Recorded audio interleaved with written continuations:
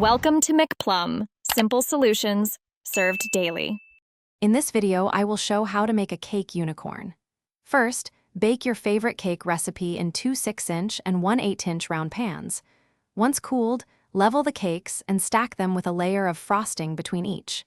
This creates a stable base for your unicorn. Chill the stacked cake for at least 30 minutes to firm up the frosting, making it easier to carve.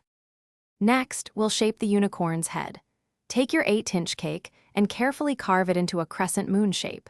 This will form the main part of the head. Attach this crescent to the top of your stacked 6-inch cakes using a little frosting. Then, use more frosting to smooth out any seams and refine the overall shape of the unicorn's head, ensuring a seamless transition. Now for the magical details, the horn and ears. Roll a piece of white fondant into a cone shape, then gently twist it to create the iconic unicorn horn. For the ears, cut two small, pointed shapes from fondant. Attach both the horn and ears to the cake using a tiny bit of water or edible glue. Finish by painting the horn with edible gold dust for a truly enchanting sparkle. Finally, let's bring our unicorn to life with its mane and facial features. Using various colors of buttercream frosting, pipe beautiful swirls and rosettes to create a flowing, vibrant mane. For the eyes, use a black edible marker to draw delicate closed eyes with long lashes.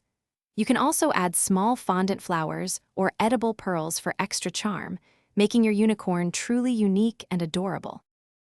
Thanks for watching. Stay juicy and subscribe.